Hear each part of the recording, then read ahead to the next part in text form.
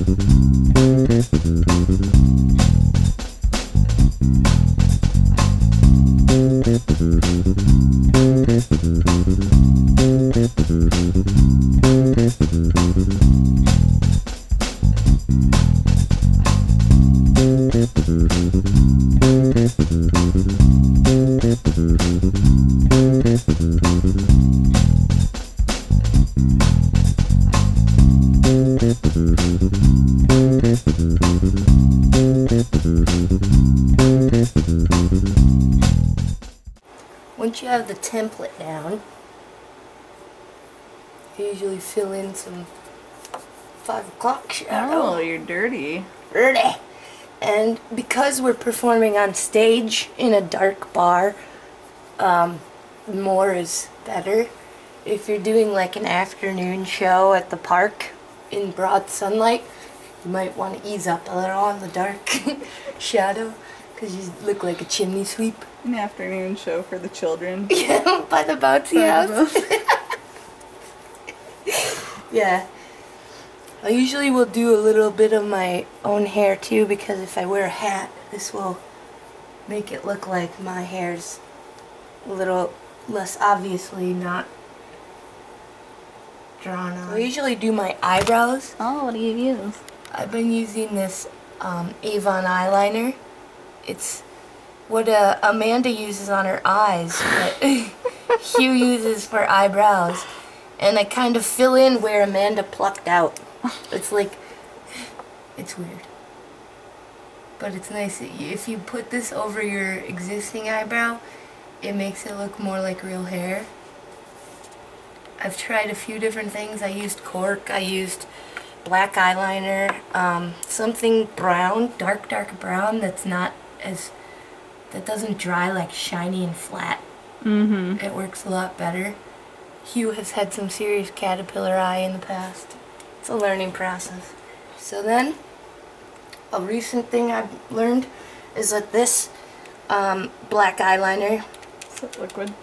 Liquid, yep, and it goes over the cork really nicely, provides a better back for your hair in case little pieces of hair fall off. If you sweat excessively like I do on stage, you can count on this to be a little less transparent, so even if the crepe hair falls off, you've still got dark color there.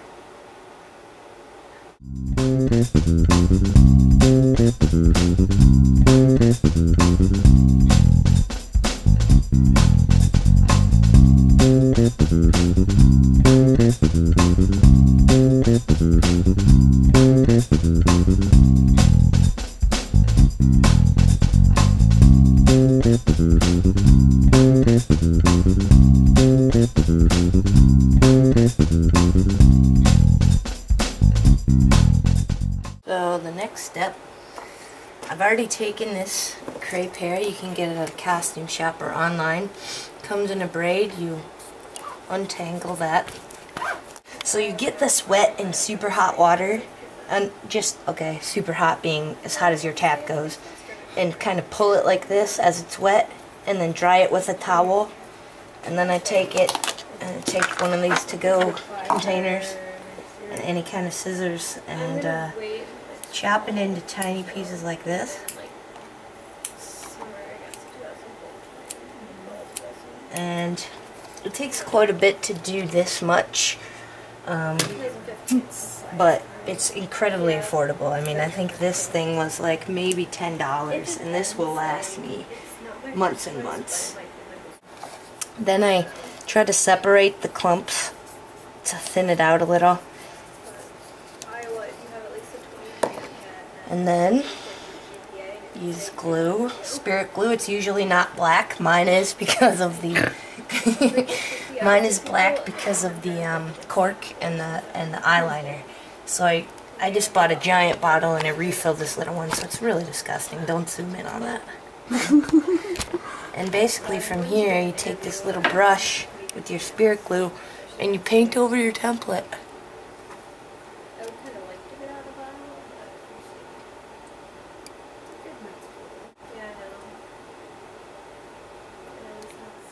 Then I just tap it over it, kind of like a kid would with a glitter glue drawing.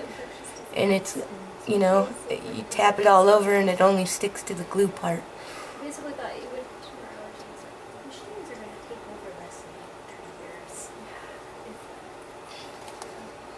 And I just take little piles of it and tap and let the rest fall back into the container. Otherwise it looks like you shaved a gorilla wherever you got ready.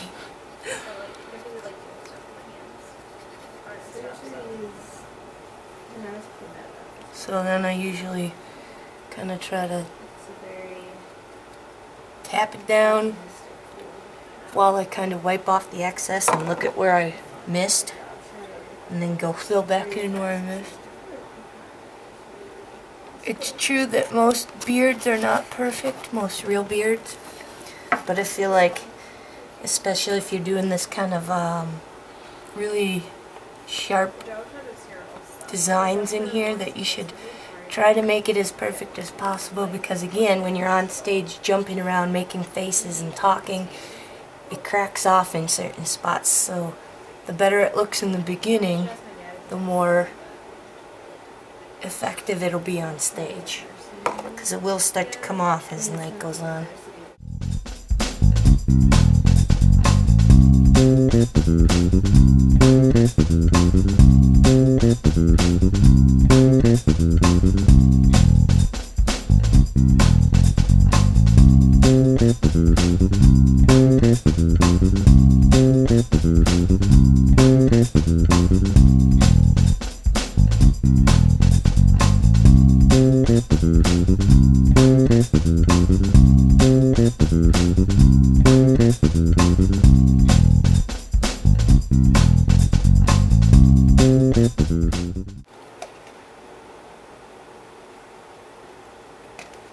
So after I've got that all on, I usually take my scissors and trim.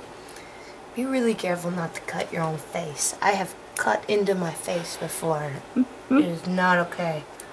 Amazingly, this spirit glue will glue your face together until you get home to wash it off.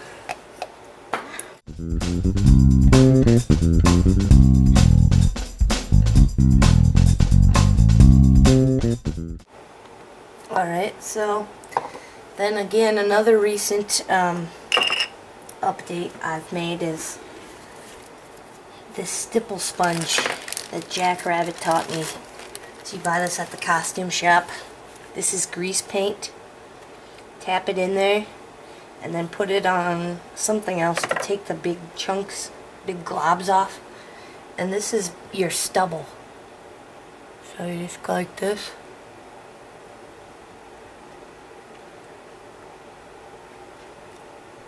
And I try to do it in the natural hair pattern. You can leave some areas like this without it. A lot of guys don't grow hair everywhere on their face. They have a little bit of syphilis beard. Or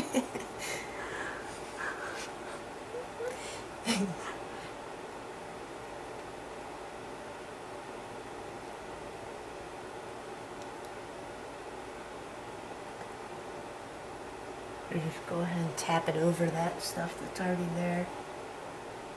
It's more about getting the top bridge than in between. It's a little harder to get that. Oh, there he goes.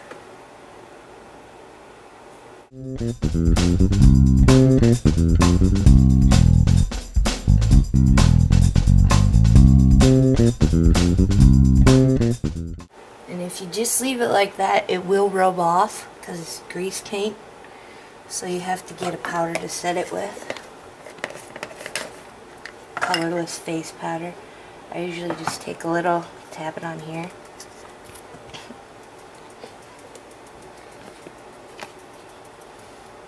And you just powder yourself. And that sets the grease paint so that it will not rub off or sweat off.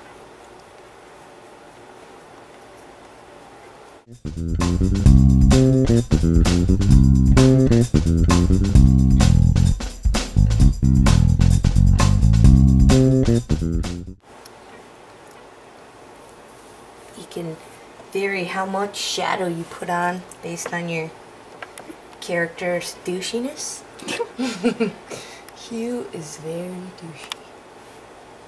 There's a lot of stubble. It's little, like, these little details especially that really make it a passable facial hair, I think.